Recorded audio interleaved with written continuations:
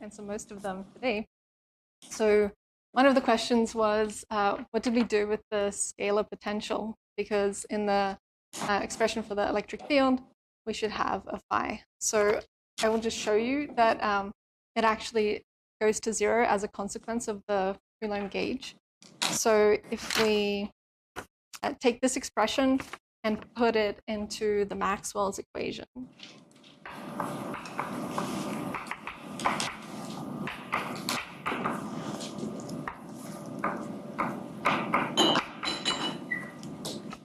Then you will get an expression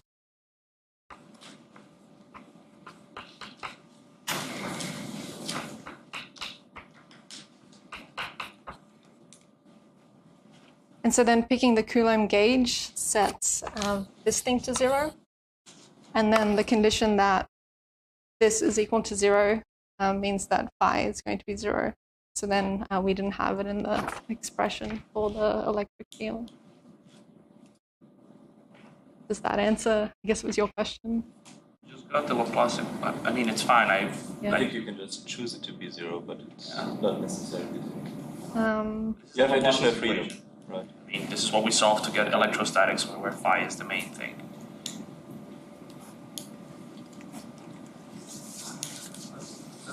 I think it's 0, right?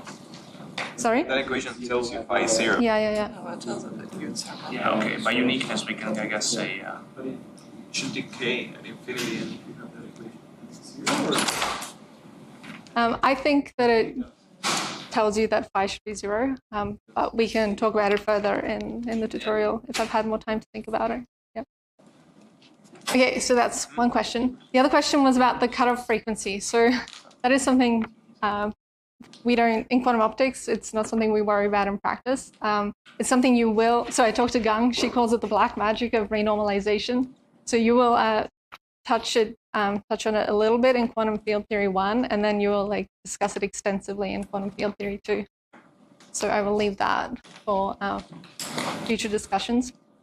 Then the other question was whether in the expression for the Hamiltonian, these should be, I don't know what I want to call them, magnitudes. So I actually, I interpreted your question to mean, is this is E a complex field? So in that sense, no, because so we can, if this thing is a complex number, then if you subtract its Hermitian conjugate, then you get a imaginary number multiplied by an I will give you a real number. But if these things are vectors, which they are, and you mean this to mean that it's the absolute value of the vectors, then yeah, you can have those there. So the E fields are real, but if you care about the fact that E is a vector, then you can put your whatever those lines are in there. Yeah, the absolute values. Okay, and then so there were some questions about the mode functions. So I thought just to make it a little bit clearer, yesterday I was trying to be general and not to go into too many details, but just so it's a bit clearer, so you have something to visualize. So one example of the mode functions is for a cubic volume with sides L. So there we would have the plane wave solutions. So U of k would have this e to the I k dot r term, and then it would also have a polarization vector. So then the k is a sum over a bunch of different discrete variables.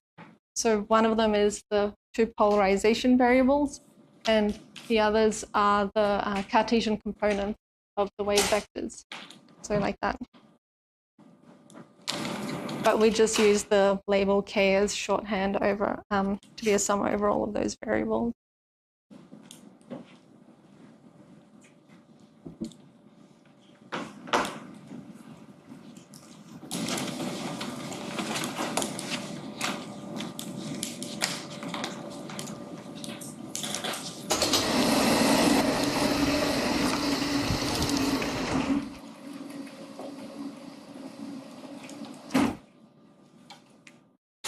Okay, so before I start today's topics, are there any other questions about anything we discussed yesterday?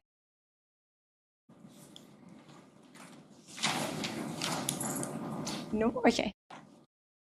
Cool. So, like I said, in this lecture, we're going to be talking about the interaction picture. So, the things that, well, the interaction picture, the rotating wave approximation, and spontaneous emission. So, the interaction picture is going to come in handy when you're doing quantum field theory, because you're going to be explicitly calculating things in the interaction picture. It's also in condensed matter, it'll kind of come in implicitly because you'll be evolving things according to interaction Hamiltonians. Rotating wave approximation, it comes up a lot in quantum optics.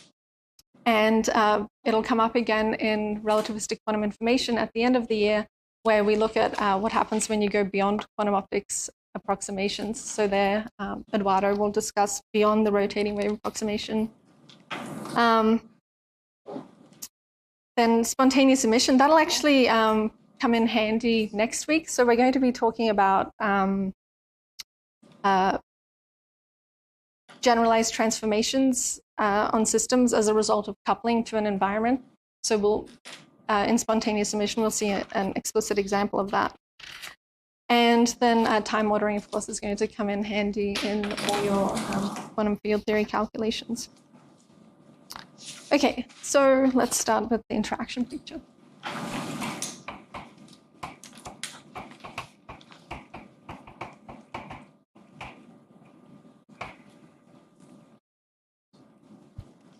Okay, so in Meta's course, you already saw two different pictures. You saw the Schrödinger picture and the Heisenberg picture.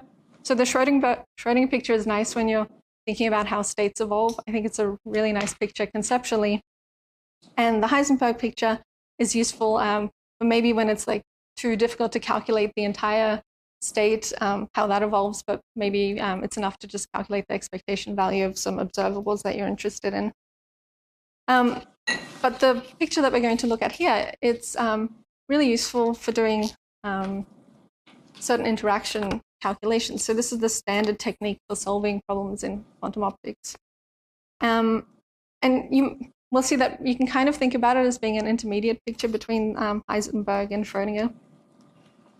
So in the interaction picture, typically what we do is we take the Hamiltonian and split it up into two different parts.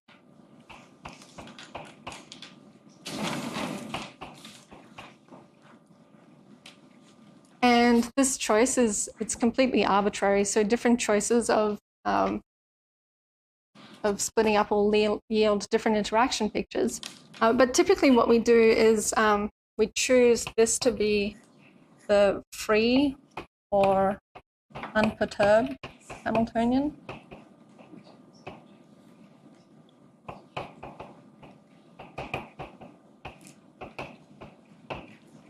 So perhaps something that you know how to solve exactly. And then this thing, we choose to be some perturbation.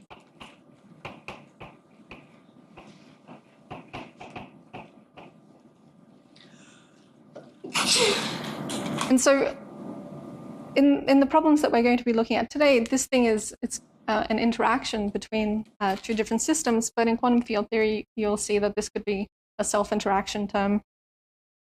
And in quantum mechanics, we typically try and have this Hamiltonian be, the strength of this Hamiltonian to be small compared to the free Hamiltonian, but you'll see in quantum field theory that that's not always the case as well. Okay, so to see how splitting things up like this is useful, let's first have a look at what happens to the expectation value of some observable in the Schrödinger picture.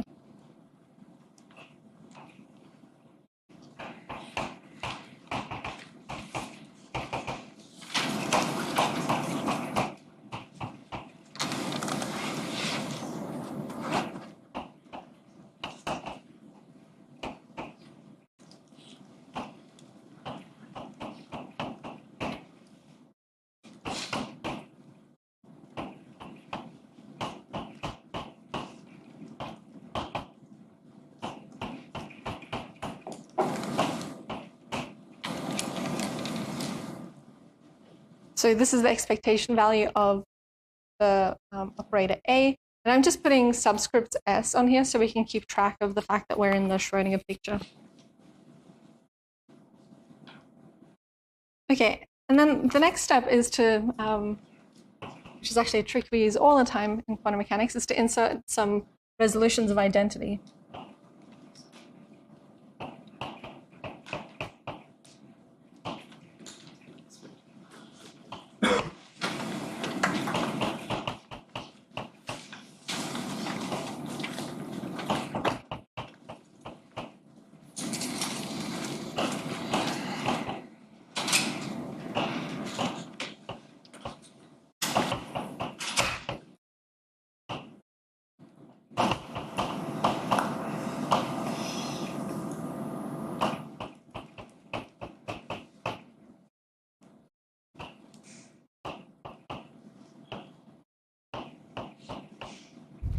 Where I'm just setting h bar to 1, just so I don't have to rewrite it over and over again.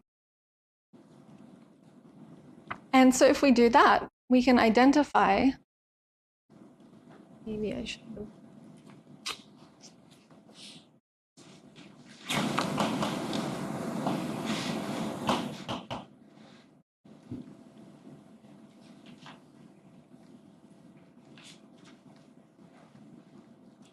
Okay, we can identify this thing as being a ket, which we now call the interaction ket. This as being another operator, which we call the interaction picture operator. And then here we have another interaction ket.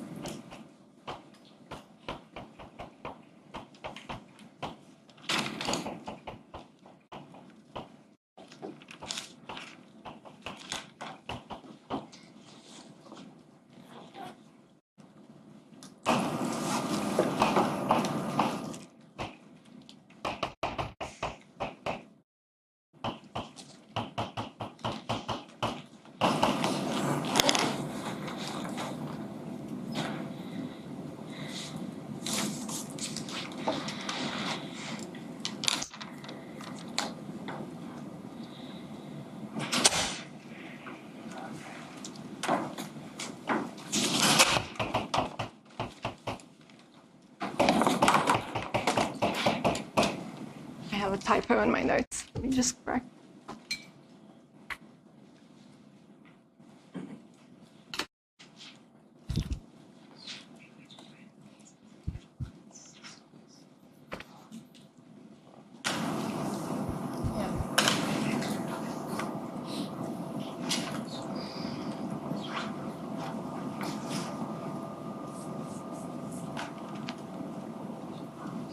Okay, so we have an expression for the expectation value in terms of these new kets and new operators. And the nice thing is that, hang on a sec, do we see that yet? Maybe not.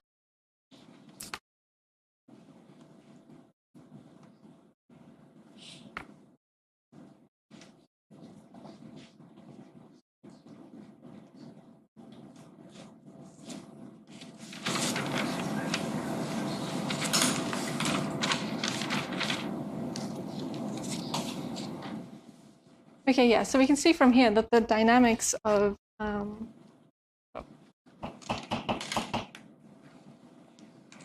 operator in the interaction picture are just determined by the free Hamiltonian. So that's easier to compute than evolving everything by this full Hamiltonian.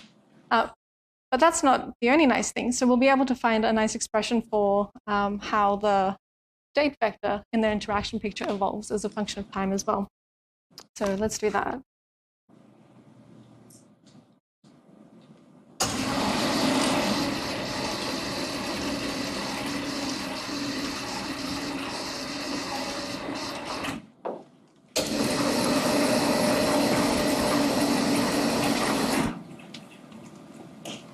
Okay, so first, okay, so we have the expression for how the operator evolves in the interaction picture, and now we would like to know how the ket evolves in the interaction picture.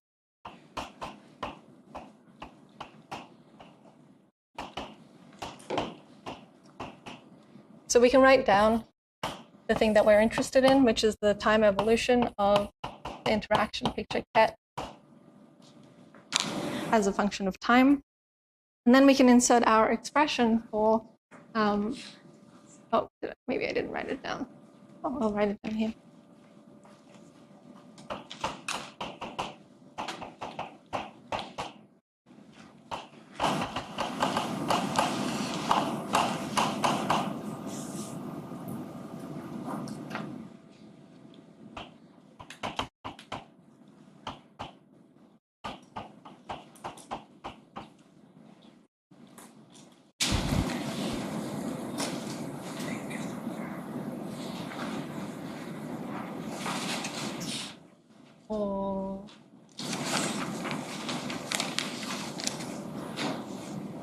Or maybe, yeah, maybe it is just, okay.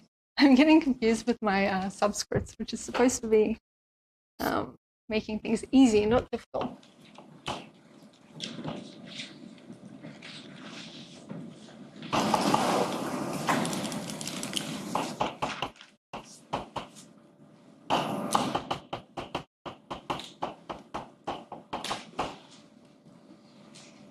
Okay, so we can insert that expression into here and get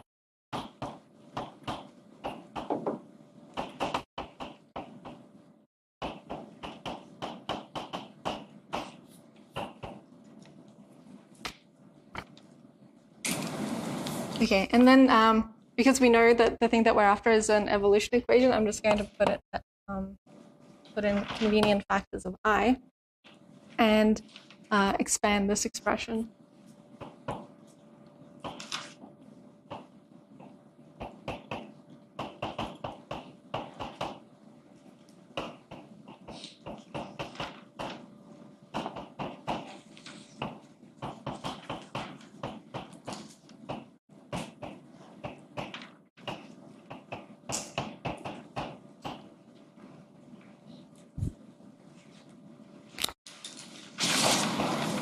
And then if we evaluate this derivative, we get minus h naught e to the I h naught t.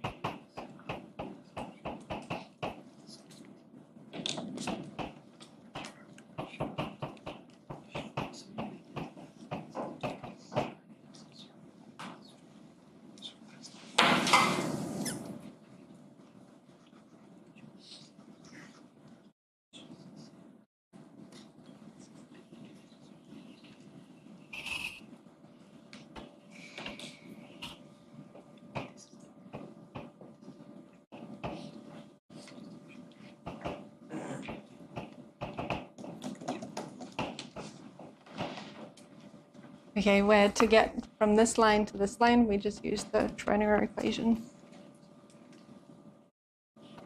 where I have something missing.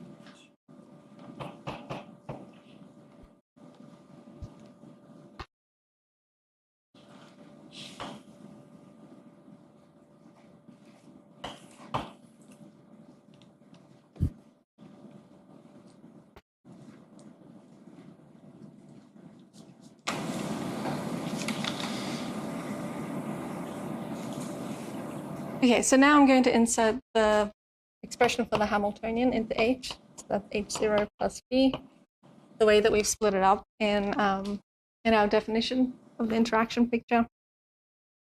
And we get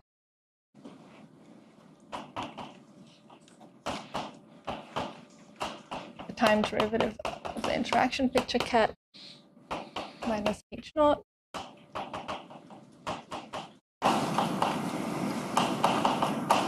The first term doesn't change, and then the second term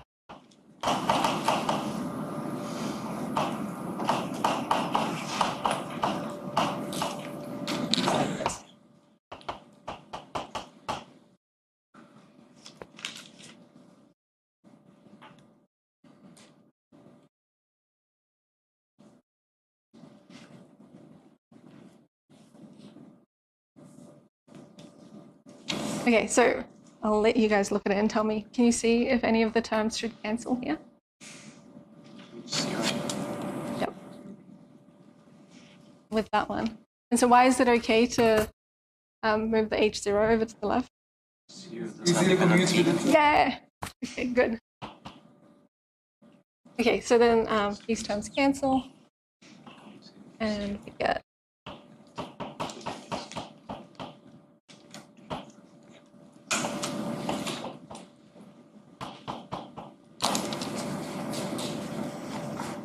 and now I do the trick that we always like to do, which is insert a resolution of identity.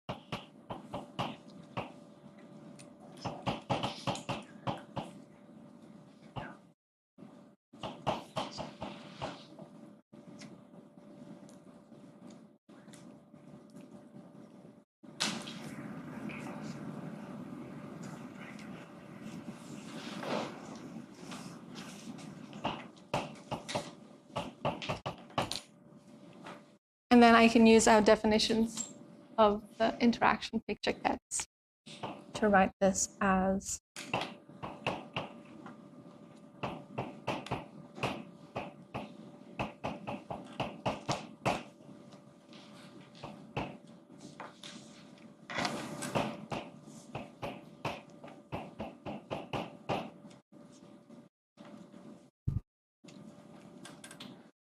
So does that equation remind you of any equation? Right, so it looks exactly like the Schrodinger equation, except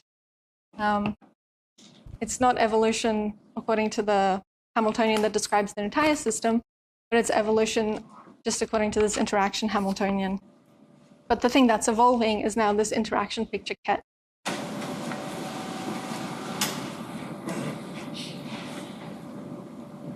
Okay, so there's a couple of reasons why we might want to do this. One of them is that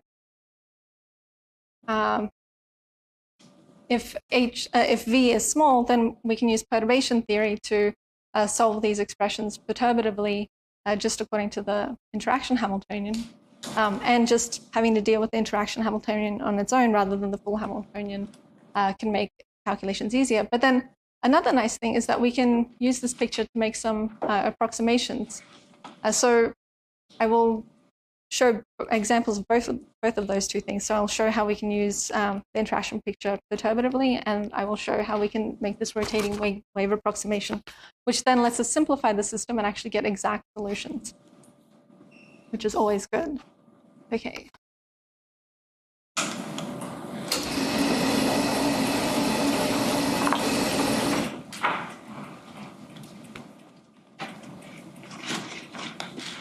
Oh, and actually, maybe just to try and connect this a bit to what David said. So when we do this rotating wave approximation, we're going to kind of get things that seem to make sense physically, that we have things like emission of a photon, emission of a photon from an atom, and then maybe we can go the other way around. What do I want? A photon leaving the electromagnetic field would excite an atom, and then an atom will, if you think of an atom as a detector, it's going to be able to see photons that are inside, existing in the electromagnetic field. And so I know David mentioned last week something called the Unruh effect. And so that's an effect where if you have a detector, so a two-level atom that's acting like a detector, and if it's just going through the vacuum, it's not going to see any photons and it's not going to click. But if you accelerate this detector, then even if it's going through a vacuum where there are no photons, it's actually going to start clicking as if it's seeing photons. This is something called the Unruh effect, and this is something you would not be able to predict if you make this rotating wave approximation that we're going to make. But in the relativistic quantum information course, Agata is going to be talking about beyond the rotating wave approximation. And there you will see things that seem like they're violating energy conservation because your photons are getting absorbed by the atom, even though they're not leaving the field. But we'll see that it's actually not violating energy conservation because the whole system satisfies energy conservation. Okay, but here we will just look at the simple case where we have, where we do this approximation. Okay, so say example 2-level atom.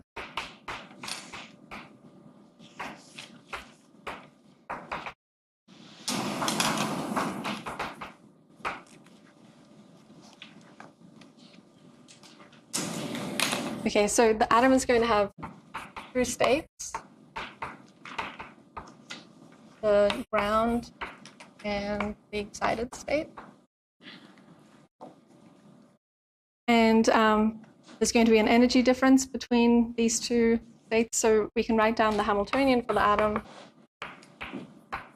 as h bar omega A sigma z on 2, where sigma z is the Pauli operator.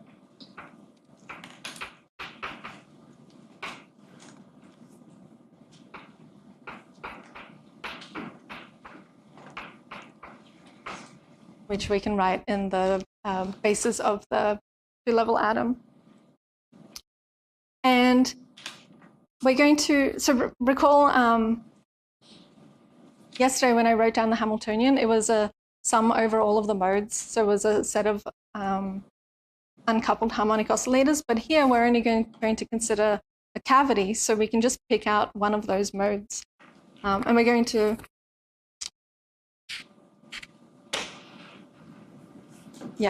just consider one of them to make the calculation more simple. Okay, so I will just write down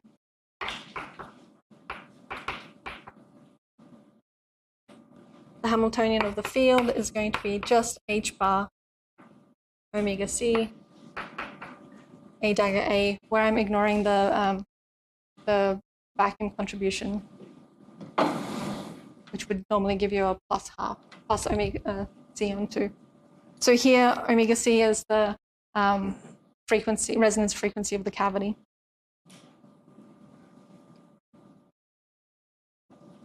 Okay, and then we have an interaction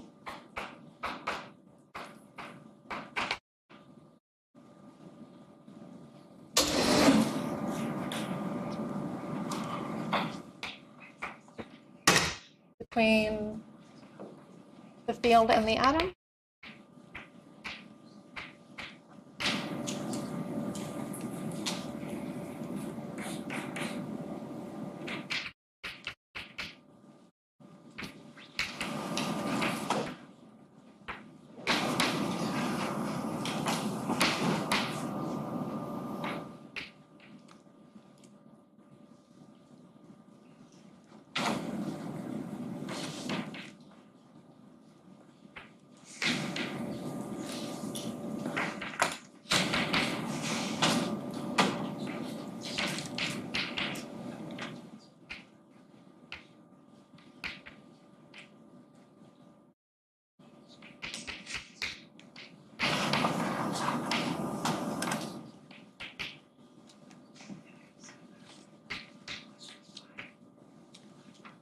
Okay, so here we've got coupling between the electric field and the atom, the spin component of the atom. And I'm just going to approximate. I'm going to not worry about the coefficients in front of the electric field. And I'm writing the spin operator in terms of the raising and lowering operators for the atom. So this plus takes the ground state to the excited state, and the minus the excited state to the ground state. Okay, so this Hamiltonian as a whole is not exactly solvable. So we're going to use the interaction picture to try and make some progress. Okay, so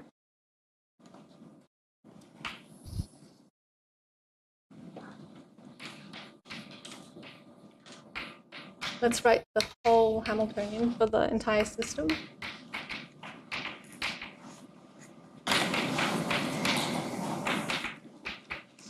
And so I said at the beginning that we're kind of free to split up the the Hamiltonian in any way that we like, but there's some ways that are more reasonable than others. So for this particular Hamiltonian, what do you think would be a convenient way to break up into the free bit and the perturbation bit? Yes? I have a question. Yeah, sure. Model the Hamiltonian of the field as a harmonic oscillator. Why? Like we can write it as a dagger, a fish bar. So yesterday we showed that the electromagnetic field, the Hamiltonian for that. Actually, we can see it here. Yeah. So maybe I should have done a recap. But so we had this expression, and we had the B, and we inserted those into here, and we got H equals. Here we suppress the energy of vacuum. Yeah, so there should be some coefficients out the front, and I'm just I'm saying it's proportional to, because I don't want to be writing them, and they don't really change the physics. It'll be just change the strength of the perturbation. Okay. Yeah, so we want to split up this Hamiltonian. What's a convenient way to do it?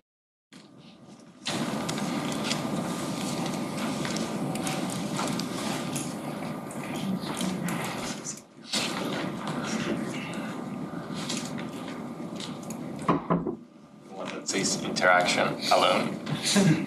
Because interaction part. The one that says interaction alone? Yeah. Okay, so you're saying split it up. Part of it is going to be like this, and part of it is going to be like that. Who agrees with that? Who disagrees with that? You disagree, or you have a question? No, I just we should split the Hamiltonian in a way that we know the eigenvalues and eigenvectors in the ground state, right? When in the H0. Yeah, so it would be nice if we could solve the free part exactly. But ground and excited states are eigenvalues of the atom Hamiltonian, but not of the field Hamiltonian. Aha. So, but because these are in different Hilbert spaces, then the ground states of the entire Hamiltonian are going to be tensor products of the ground states of this Hamiltonian and the ground states of this Hamiltonian. Oh, okay. Yeah, so we're not summing them. Well, so this is the way people write it, but really what it should be is a direct product atom.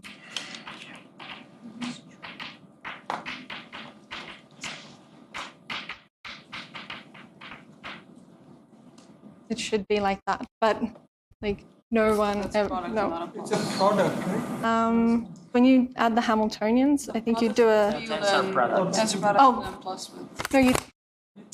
I don't think for the Hamiltonians it is. Is it? Or maybe that's just the definition of the. Okay, sorry. Maybe I'm getting things. Atom. That is. Yeah. Good. I'm glad I have you guys. Otherwise, I'd be talking to an empty room, which would be weird. Yes. Yeah. I don't know. Is it just? Yeah. I mean, I can totally do it, but I'm worried because like no one's ever said this before, and now like everyone's saying it. So I don't know if just this whole time no one's been able to read what I'm doing, or is it just like you guys use your phones too much and you can't see? I don't know. Okay, so yes, I will write bigger. Before I start writing bigger, should I rewrite anything? I guess this is pretty small, but do you want me to rewrite this? Okay. So, okay. So H equals, let's be explicit.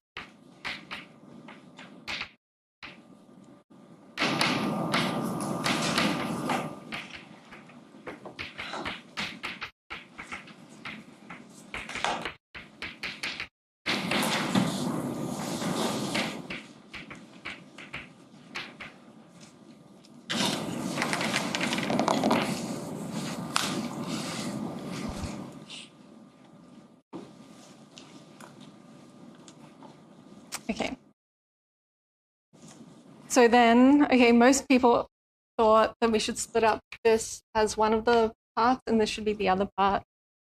And just to make sure you're listening, which is which? Interaction is between. Yes? Interaction is the V part. Yes, very good. Thank you for indulging me. No!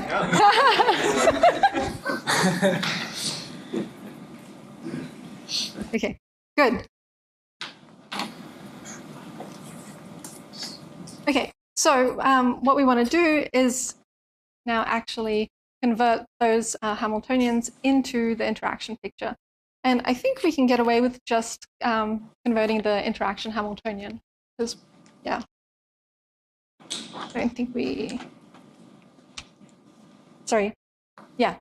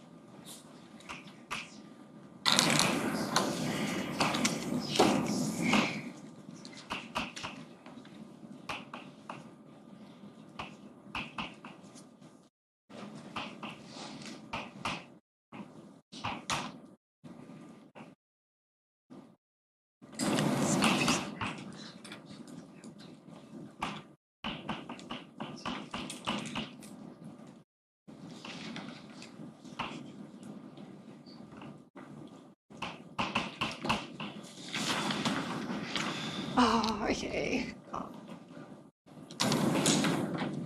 Okay, I'm now putting the H bars back in.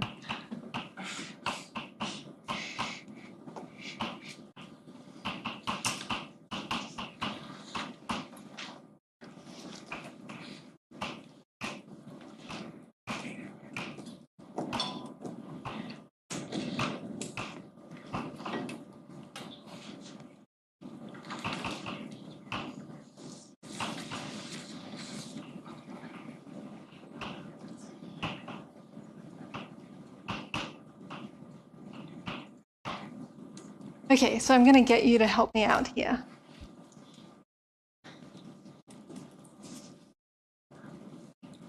So we expect the interaction Hamiltonian to have the same four terms, but it's now going to have some phases that come from acting this bit.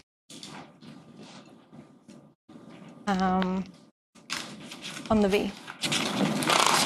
So maybe we can just start with the first term.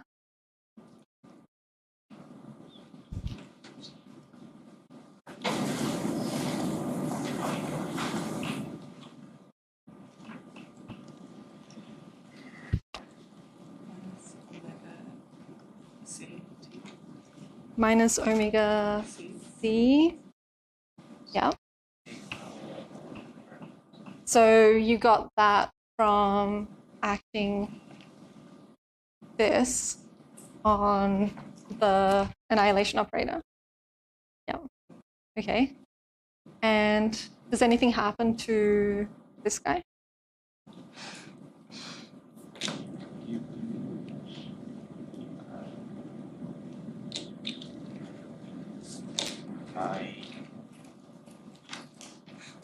Minus 1. The atom H bar omega A minus H bar omega A. H bar omega A minus. Okay, let's maybe do it. Doesn't it become like sigma plus?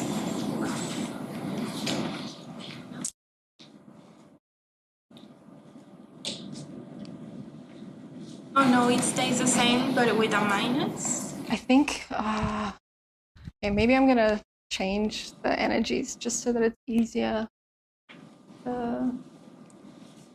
Okay, let's do it. I'm just gonna shift everything by half of the frequency.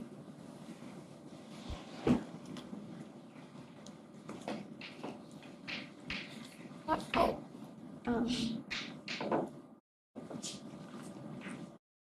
Oh.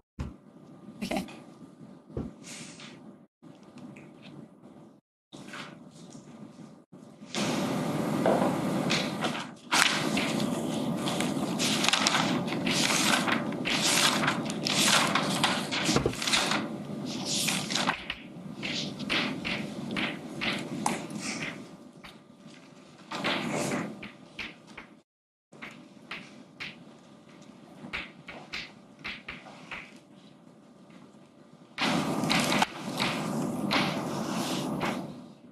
Okay, this should make it easier. If I assume that the ground state energy is zero, so I've shifted everything, and then the energy of the excited state compared to that is now h bar omega a.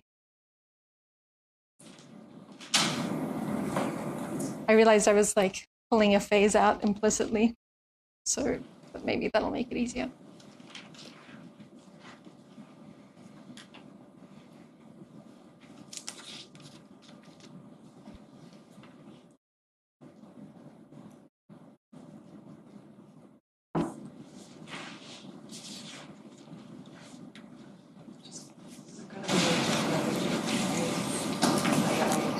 Yes, excellent. Excellent, yeah. So how can we see that?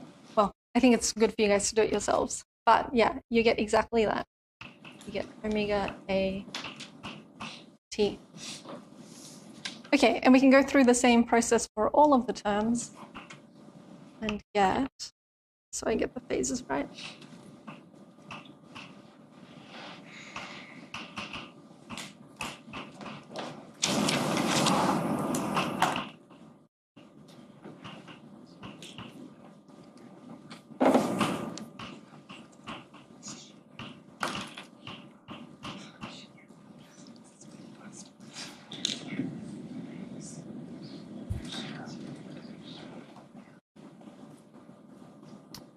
Okay, so that is the interaction picture, Hamiltonian. So we could do two things with it. The first thing that we're going to do is just use it to evolve the state perturbatively.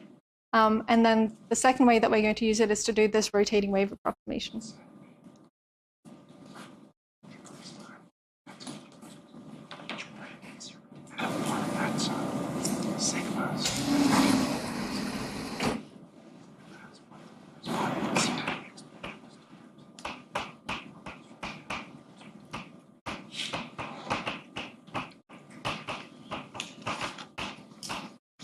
Now, you might be thinking, why did I do this? Or maybe, maybe you're still thinking, why would I want to make my Hamiltonian look more complicated? But the reason is now that I can just evolve everything according to that Hamiltonian, while before, if I kept it in the Schrodinger picture, I would have to evolve the whole thing according to 3 Hamiltonians.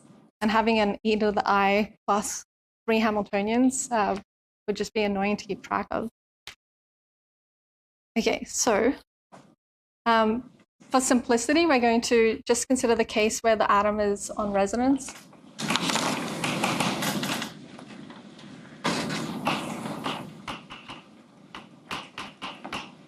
So what I mean by that is the two frequencies are the same. So I can now simplify this.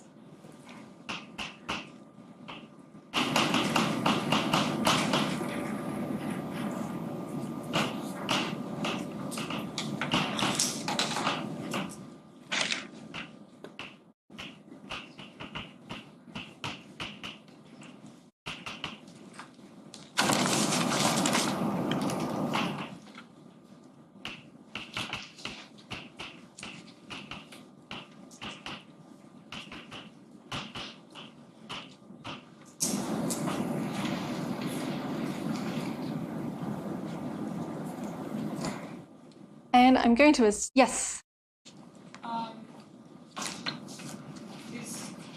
Is this, like, is that interaction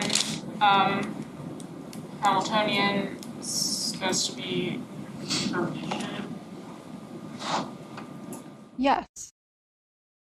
If you take the Hermitian conjugate of the first term, wouldn't you expect that last term to have like the equal but opposite tensor product still, so you can. Does that help? Yeah, that's what I expected. Okay, thank you. Which I had right here, so yeah. Okay, and now we're going to just assume that our initial state is that our atom is in the excited state and there are no photons inside the cavity.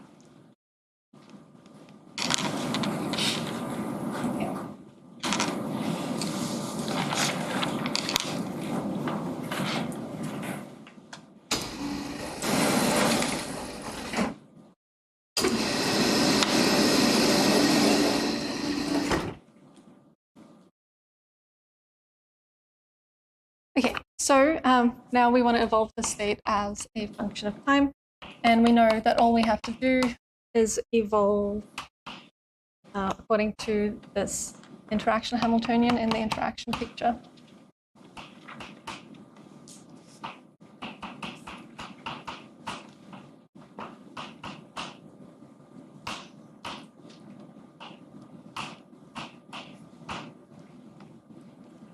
And we're going to assume that we only care what's happening for just a little bit of time and that the coupling is pretty weak. So we're going to do a first order expansion of this unitary operator.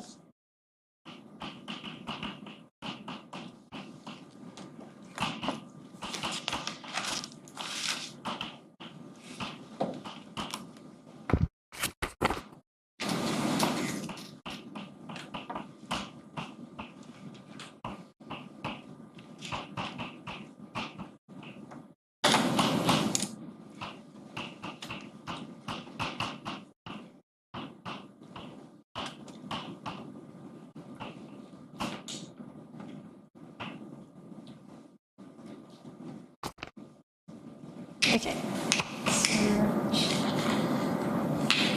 Now I'm going to insert this expression into here.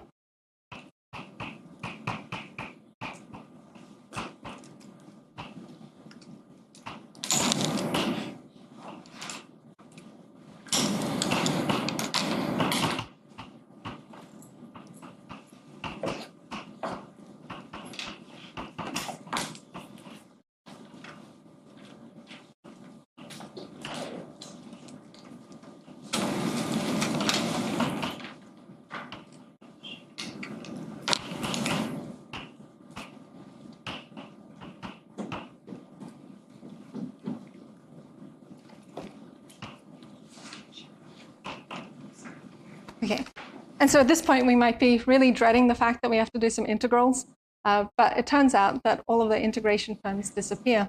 So let's go through it in detail. Okay, so one acting on that initial state will just give us the initial state. So we have no photons in the cavity and an excited atom. And then let's see what happens. Well, if we act the lowering operator on, well, let's not go there yet. Okay, if we act the annihilation operator on the vacuum state, that's just going to go to 0. So that's great. If we act the raising operator on the excited state, that's going to go to 0 as well. Again, if we act the annihilation operator on the vacuum, that goes to 0.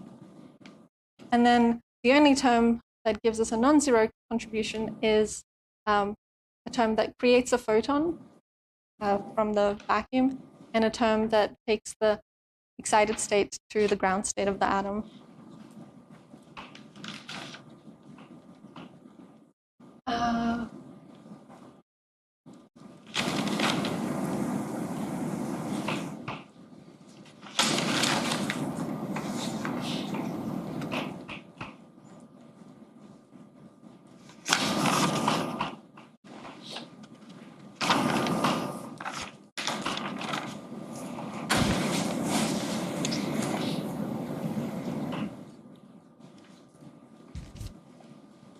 Okay, so what's going on here? So we start off with a atom prepared in the excited state. There are no photons around. And then if we just let it evolve, we see that with some probability, the photon's going to be emitted from the atom and into the cavity.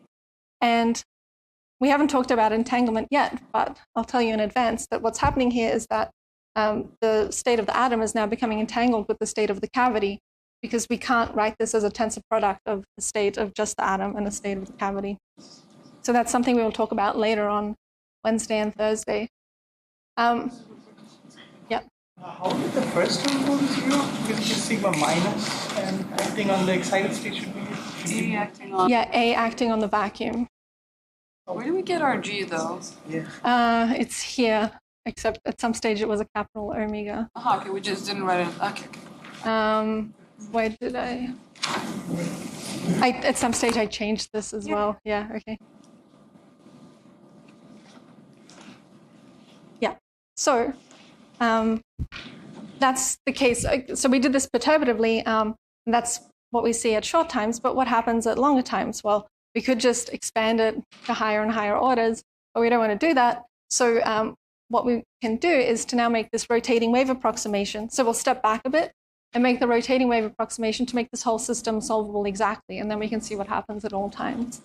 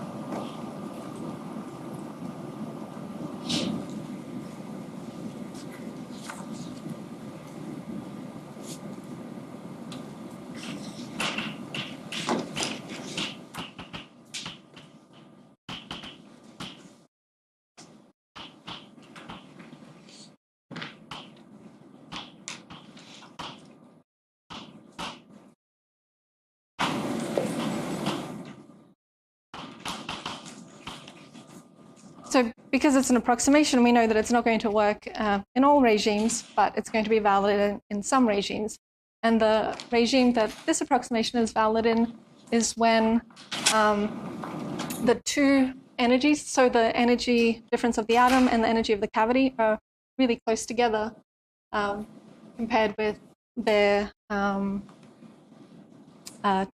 individual energies. So if we do that, then this is going to be small. And this is going to be large. And so let's take a look at, where is our Hamiltonian? Okay, so just above the 1.2, we have the Hamiltonian that has both the omega C's and the omega A's. And so you can see that the terms with either the I omega C plus omega A, they're going to be really quickly oscillating because omega A plus omega C is large. And so the approximation is that those terms are going to average out to 0, and we can just drop them. And so the thing that we're then left with is, okay, so quickly oscillating terms.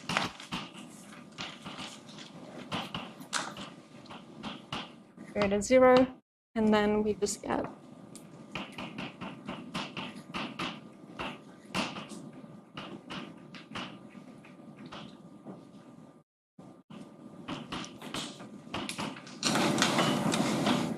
the terms that depend on the frequency differences.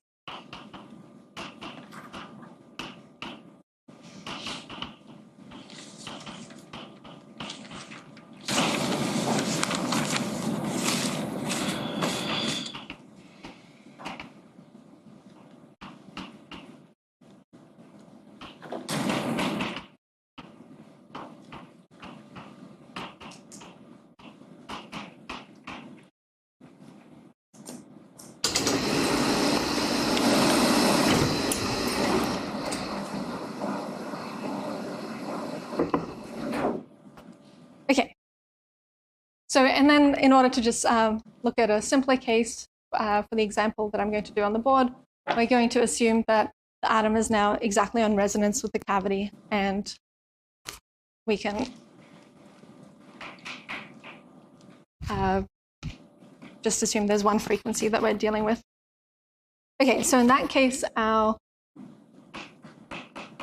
interaction Hamiltonian simplifies even more.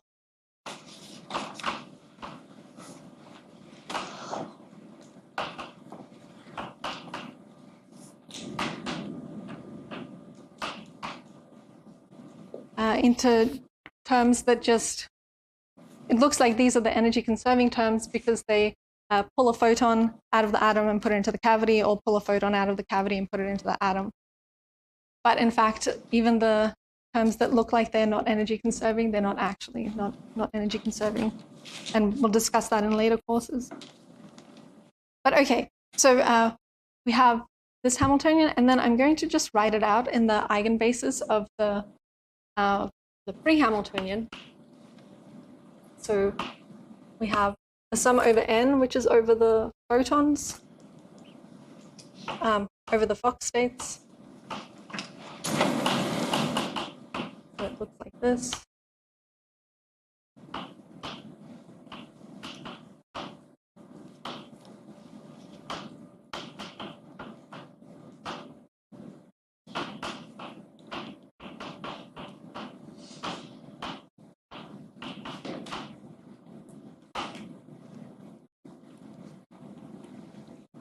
And you can see now explicitly the thing that I was talking about, that it's right? Doesn't look good.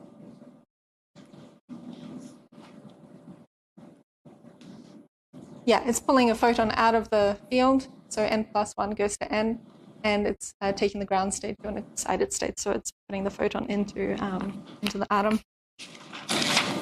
Okay, so the next step is, if we know how to, if we know that this can be solved exactly, the next thing we want to do is to just diagonalize that Hamiltonian. So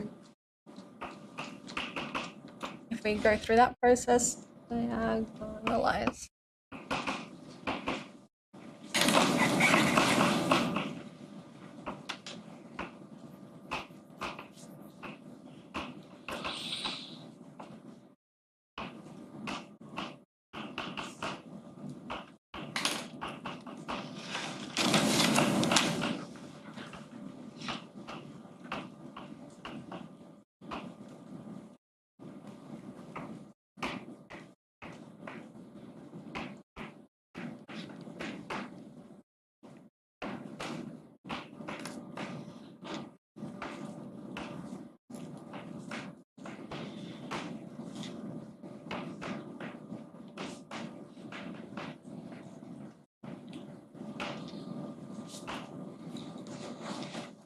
Okay, and the easiest way to check that that's actually the case is to just take those expressions and plug them into here. And then you'll see that a bunch of the cross terms disappear, and the thing that you end up with, well, a bunch of the diagonal terms disappear, and you end up with the cross terms here. Okay.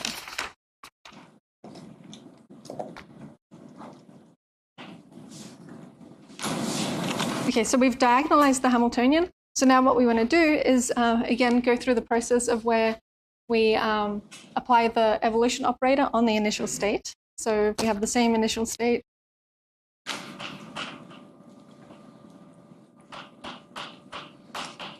It's going to be the field in the vacuum state and the atom in the excited state. But it's much easier doing calculations in the eigenbasis of the Hamiltonian that you're evolving it to. So what we want to do is to just rewrite this ground state in the eigenbasis of that Hamiltonian. So we can write that as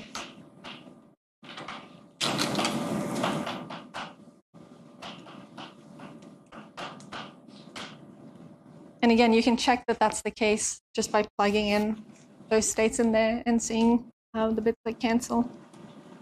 Okay, so then finally, let's now solve, see how the state evolves.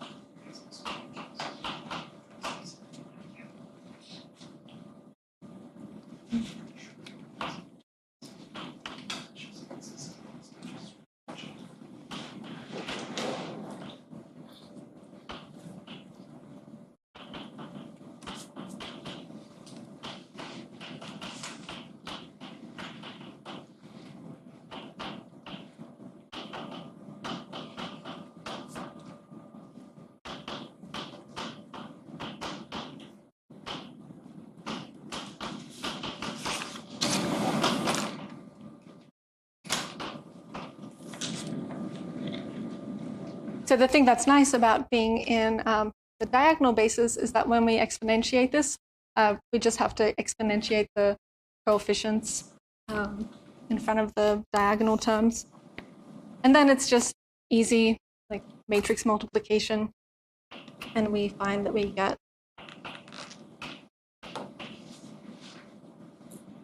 in terms of this diagonal basis, something that looks like this.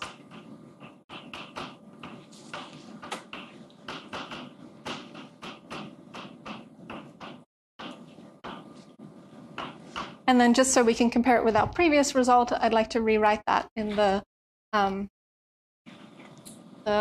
eigenbasis of the free Hamiltonian, and we get cosine of g of t on 2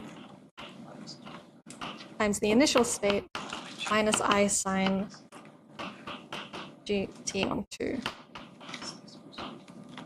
plus the other term where the photon has been now put into the cavity. So you can see for small t that this is actually a good approximation to what we see here. But for large t, the exact solution looks like that. So you can actually see what happens inside the cavity is that the atom is going to spontaneously decay, and the photon will be emitted into the cavity. But then the photon's going to bounce around in the cavity, and after some time, it's going to be absorbed again by the atom. And so there's going to be this sinusoidal change in the population, in the excited state probability of the atom. So that's just an effect of the cavity. While if you were to solve the more complicated problem of the atom being inside, just being free and interacting with the entire electromagnetic field, then you would see that the atom just decays and then never gets excited again because the photon just goes off into space and doesn't get to interact again with the atom. Okay, so that was all I wanted to say about the interaction picture, and I guess in the last 20 minutes I will move on to talking about the Dyson series. But before I do that, do you guys have any questions about this stuff?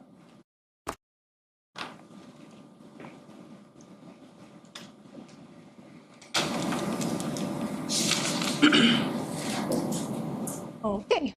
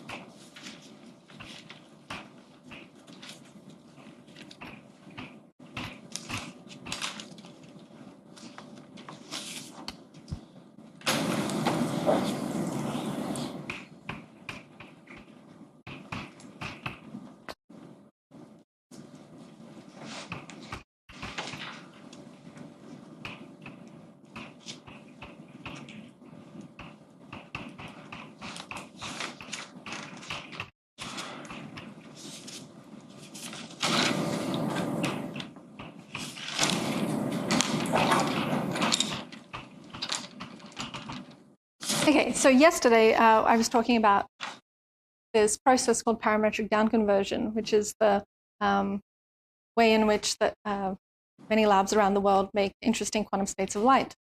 And so I argued that the state that comes out is going to be something that is a superposition of vacuum state, one pair of photons, two pairs of photons, and so on. And I told you that life is not so simple because this is just a simple model that assumes that we have single frequencies going in and coming out. But in reality, there's going to be some sort of frequency distribution.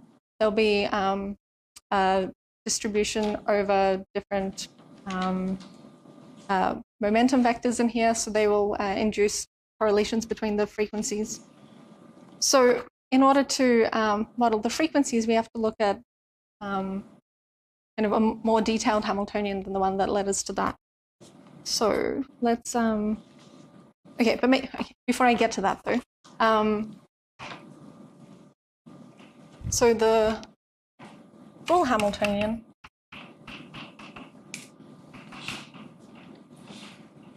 is going to be a time-dependent Hamiltonian, and it's going to be type of Hamiltonian that does not commute at different times, commute with itself at different times.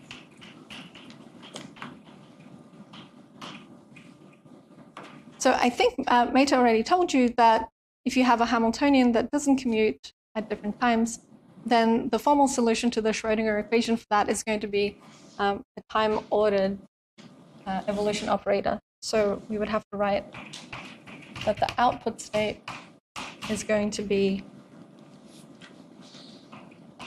time ordering operator times e to the minus I on h integral over time of the Hamiltonian. And in this case, we're going to assume that the input, that the modes corresponding to the output frequencies are in the vacuum state. So we're going to assume there are no photons to begin with. Okay, and the way that you deal with this time ordering, if you're doing perturbation theory, is to expand it using something called the Dyson series, which looks very much like the Taylor series. The two differences are the coefficients out the front are slightly different, and there's also a series of nested time integrals. So the first two terms look just like the Taylor series.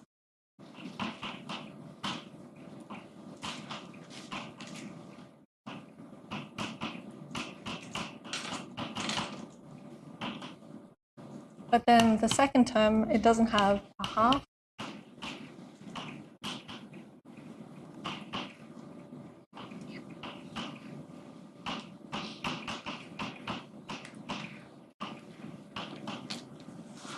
And it has this time-dependent integration variable. Okay, I'll explain what I mean in a sec.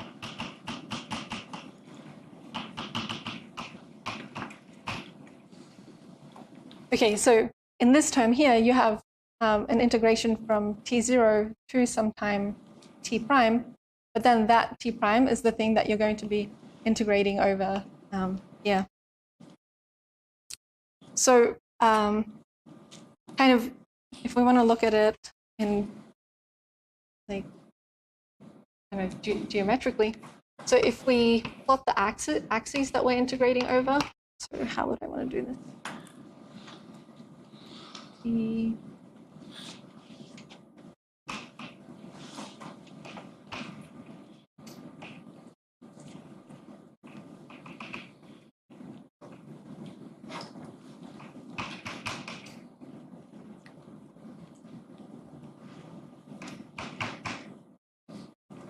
Okay, so let's make sure we get this right.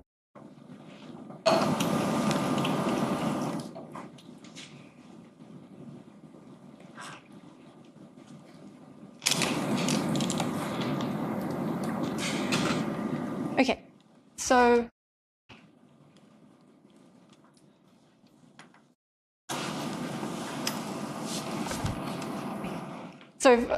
if we're integrating over t double prime, then we're going to go from some point t0 up to where t double prime equals t prime. So we're going to just integrate up to this line. And then here we're going to integrate from t0 to t. So that would be, let's say, from t0 to t. So then the integration region that we're integrating over is just this region here. And so you can see that, or at least that's one motivation for why in the Taylor series you would have a factor over half here, because in a Taylor series, this integration does not depend on this parameter. This would be just like a t. And so then you'd be integrating over this full space, and you would then have to divide by half in order for everything to work out right. But since we've got this nested integral, we don't have this factor of a half, and then this t prime depends on that. And so in the example that we're going to look at, we will look at the consequences of that. And I will show you how to deal with actually doing these nested integrals.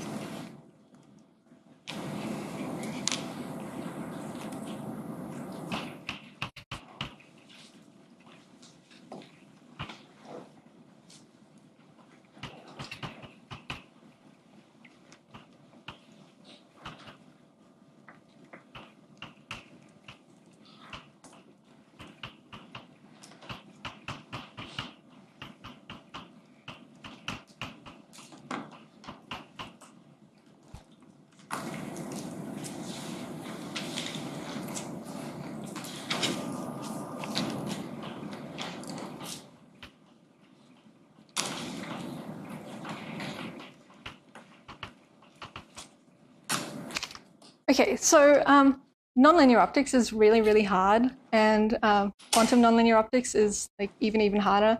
The books on it are like huge volumes, and so there's like, you would need to do like a whole degree on nonlinear quantum optics to do everything exactly step by step, and even people doing research in the field aren't even able to treat everything exactly, just because it's very, very complicated. So I'm going to motivate where these things come from, and I'm going to motivate a bunch of approximations we're going to make in order to get this to a point where it's solvable. And then you'll see it's still really like hard to solve. But it'll probably leave you a little bit unsatisfied not being able to see all of the steps. But unfortunately, in 15 minutes, it's like not possible to cover everything. Okay, so the interaction. Oh, and even like where we're starting is already like a huge approximation, because of course in here we have like loads and loads and loads of atoms. So before we looked at how to solve the interaction of one field mode and one atom, but here we're going to have all of the field modes interacting with like a gazillion atoms. So even treating that problem is difficult. And so people write down effective Hamiltonians, which are just interactions between the three fields mediated by this nonlinear medium. And so the effective Hamiltonian is a product of these three fields, where the fields are these field operators.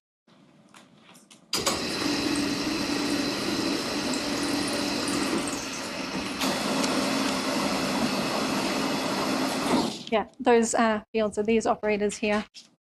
And there's an implied Einstein summation convention. And then this thing here is called the electric susceptibility, and that determines how strong the interaction is between each of the fields. And so that strength is going to depend on the different Cartesian components, which are these I, J's, and K's. So that's already like too hard to deal with. So we're going to make a whole bunch of approximations to get it to something that's solvable.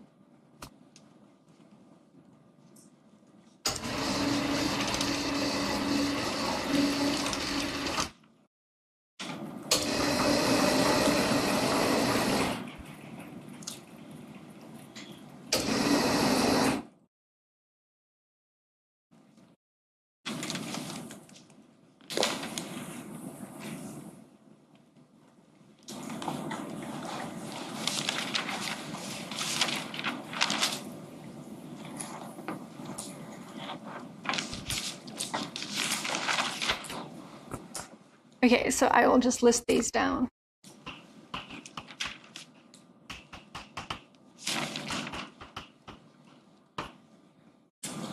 Okay, one of them is that we're going to assume that the pump field is classical.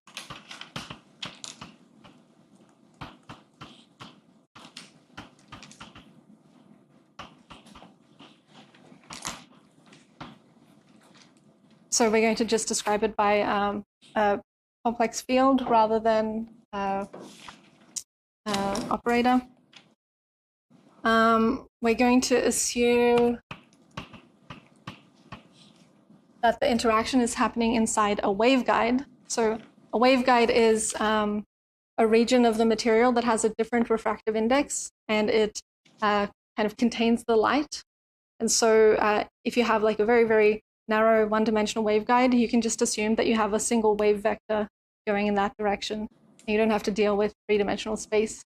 And if we just assume that everything's happening in one direction, then we only have to consider the k vector in that direction rather than that direction.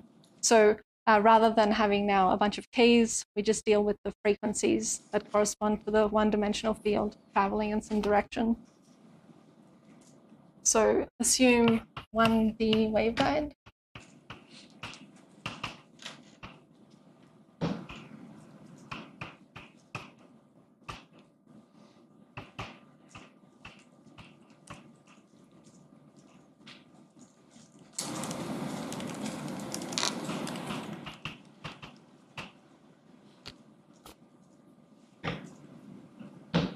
Okay, I'm going to assume that there's something called phase matching, which is conservation of momentum inside the material.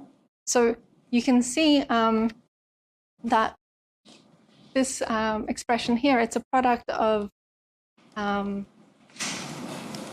terms that where each thing has two components. So if we expanded that out, we would have 8 terms, and that's a lot of terms to deal with. But in practice, a lot of those terms will go to 0 because if you're working at specific frequencies and a specific material, then you won't have momentum conservation for a bunch of those terms. So we will assume that we're working in a regime where only 2 of those terms survive due to momentum conservation, but the other terms go to 0.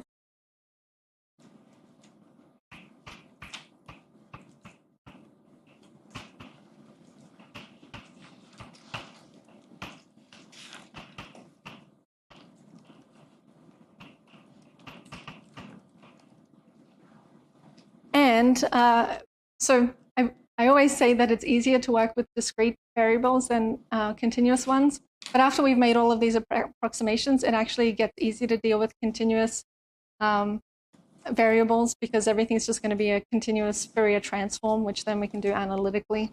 So I will take the continuum limit.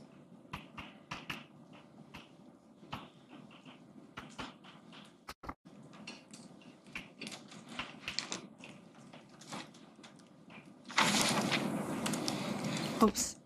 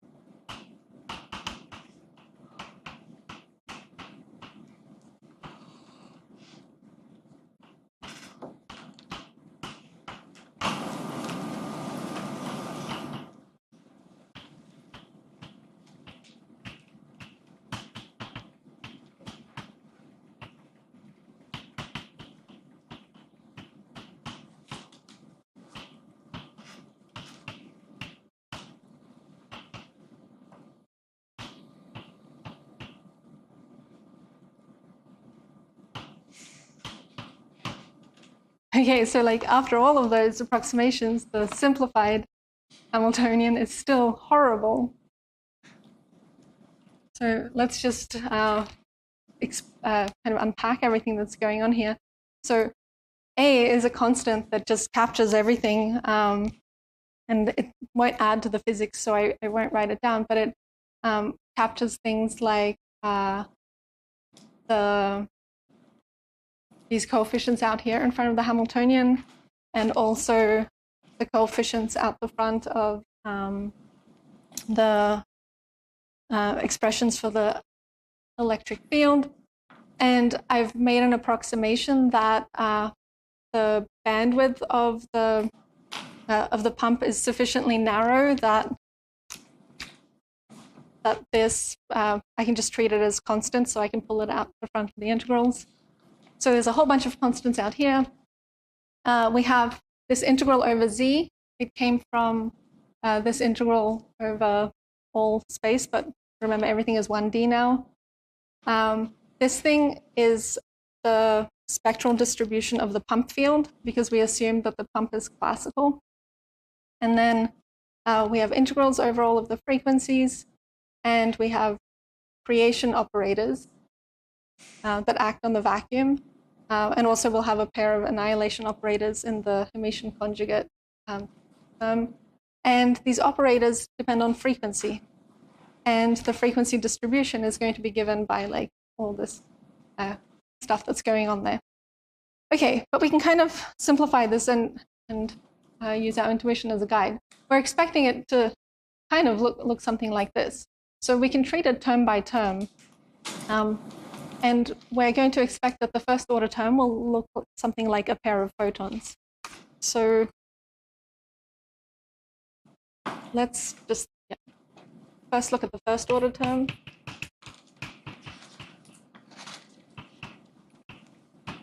Which from the Dyson series expansion up there is going to be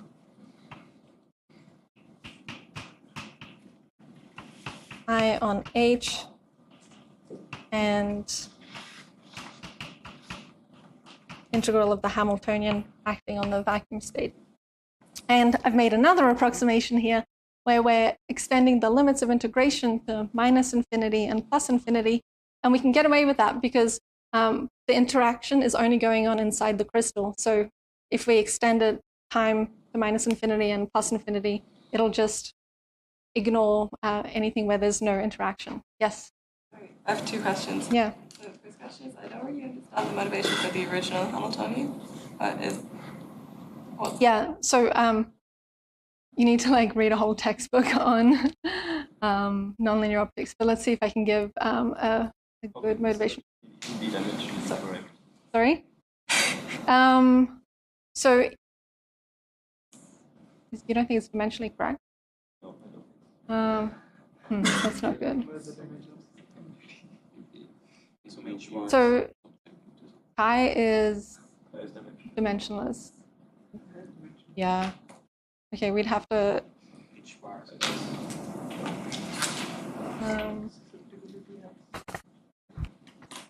Yeah, maybe it's the Hamiltonian. No, it wouldn't be the Hamiltonian density. Anyway, okay, so let's not worry about the. We only have like a few minutes. Let's not worry about the dimensions, and we can like go through that in the Hamiltonian. But I can give you the physical motivation, which is so it's an interaction between three fields. So there are three fields. It's the in-field and the two out-fields. The other way that you can see it is it's kind of like a dipole interaction with an atom. So there we had something that was like the field times the spin vector. So in nonlinear optics, the Hamiltonian is something like the electric field times the polarizability, where the polarizability is like some sort of effective like giant atom that's the actual electric, that's the induced polarization inside the material. And then you can do a perturbative expansion of this, and it turns out that the expansion of this thing is going to be something like electric field times like twice the electric field and 3 times that. And so then the one field component here times the 2 field components there from the second order expansion of the nonlinear polarization kind of gives you those 2 other fields. Okay, so this probably answers my next question then. So is when you're expanding now with the Dyson series, is the expansion parameter the susceptibility? Exactly, yeah. Maybe this is a stupid question, but why do we know it's small? Experimentally, it's very, very small. So compared to the linear interaction, it's very, very small.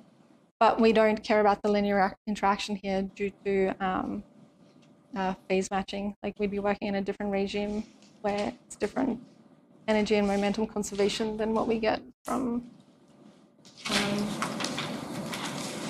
well, no, that's not even the right way of saying it.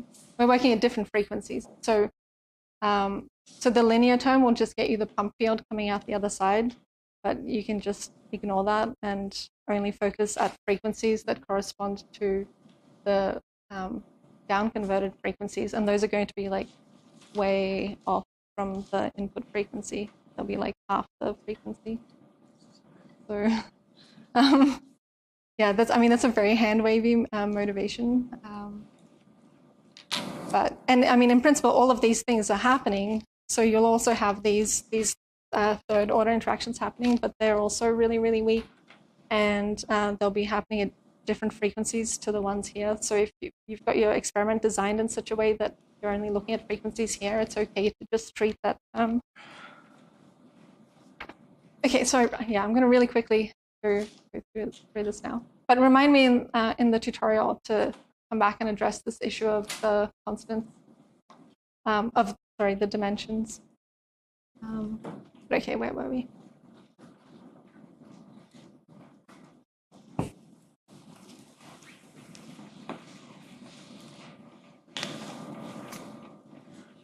Okay, so if we go through this, because we expect to be getting something like a 2-photon term, then we can kind of look at what are the components corresponding to the 2-photon term, and it's going to be this B dagger and A dagger. And we can write things nicely just in terms of those and put all of the unnecessary stuff into a function that's just going to depend on omega B and omega A. Great. Yes? What? In the simplified Hamiltonian line, I think there's something wrong with the parentheses A, and B was with the state at the end. So this parenthesis is for this. This parenthesis is for this. And everything is not acting on a state. Very good. I was preempting myself.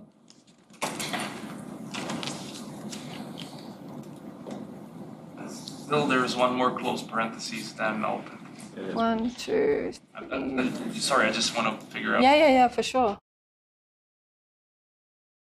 That okay then?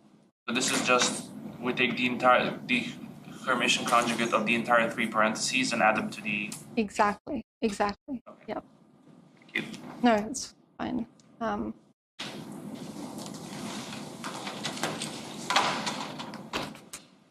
Okay, so I mean, we're just going to be acting the Hamiltonian now on the input state. So the thing that's the Hermitian conjugate is going to go to 0 because we'll just have annihilation operators on the vacuum. So we'll essentially have this acting on the vacuum state. And so it'll look something like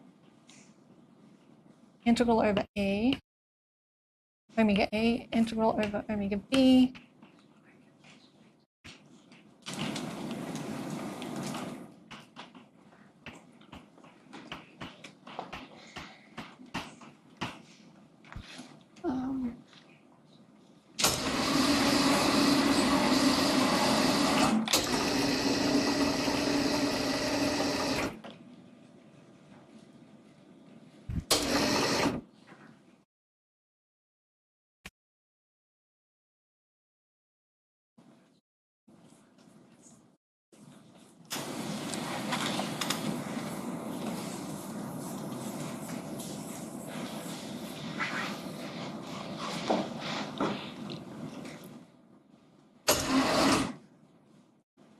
where f of omega A, omega B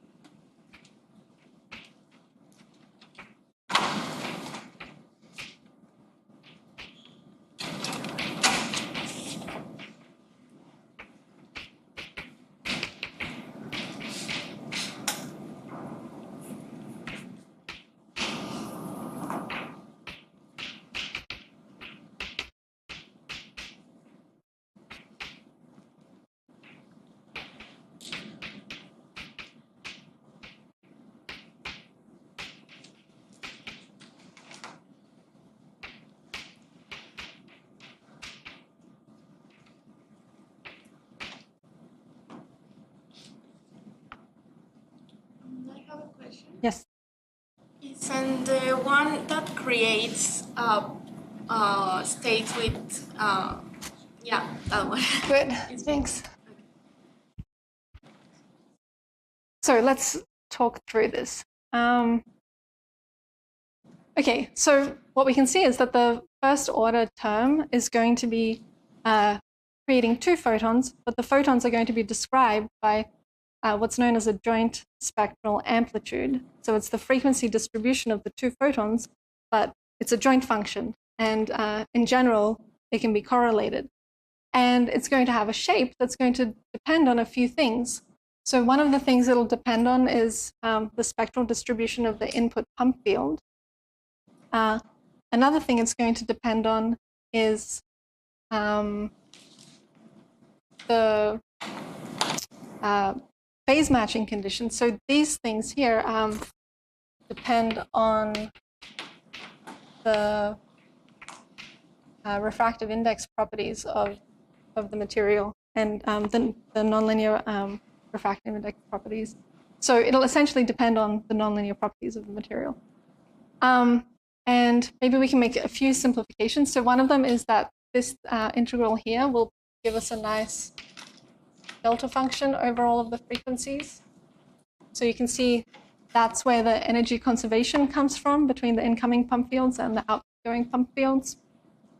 This is an integral you can do analytically. It's called a sinc function.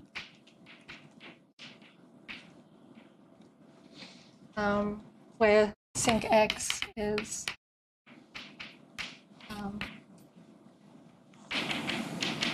sine x on x. And so typically these functions look something like this. If we draw it as a function of the two frequencies, you would have an energy conserving component that goes along the anti-diagonal, and it could have maybe some sort of like Gaussian distribution, if that's the distribution of the incoming pump field. Then there'll be some other component which can go at some angle, and it'll have a cross section that's this sine x on x term. And so in the end, maybe it'll be something, sorry, that kind of looks like this. And so again, we haven't talked about entanglement yet, but what we see here is that there's entanglement in the frequency degree of freedom between the two photons that are coming out. So that entanglement might be useful, but it also might be detrimental because it can lead to unwanted mixing, which is something that we're going to talk about in next week as well. So the point of all of this was to get to the Dyson series bit, but I definitely don't want to go over time anymore at all. So I will finish that bit at the beginning of the tutorial. But just to outline what would happen is that the thing that will come out is going to be a term that has 4 photon components, and there's going to be now a 4-way a function of 4 variables that's going to be describing the joint frequencies of the photons coming in. And you get different results, at least at first. It seems like you get different results from doing the time-ordered case versus the naive Taylor series expansion. But then we can see that we can actually get it to collapse back to what you would expect from the Taylor series. And then it's only at the 6 photon term that you start to see deviations according to the time ordering that comes in here. But the main trick that I was going to show you is how to actually go about solving these nested time integrals. We do some like cute change of variables and decouple them. And so we can do that at the beginning of the tutorial. But I'll let you guys go to lunch now.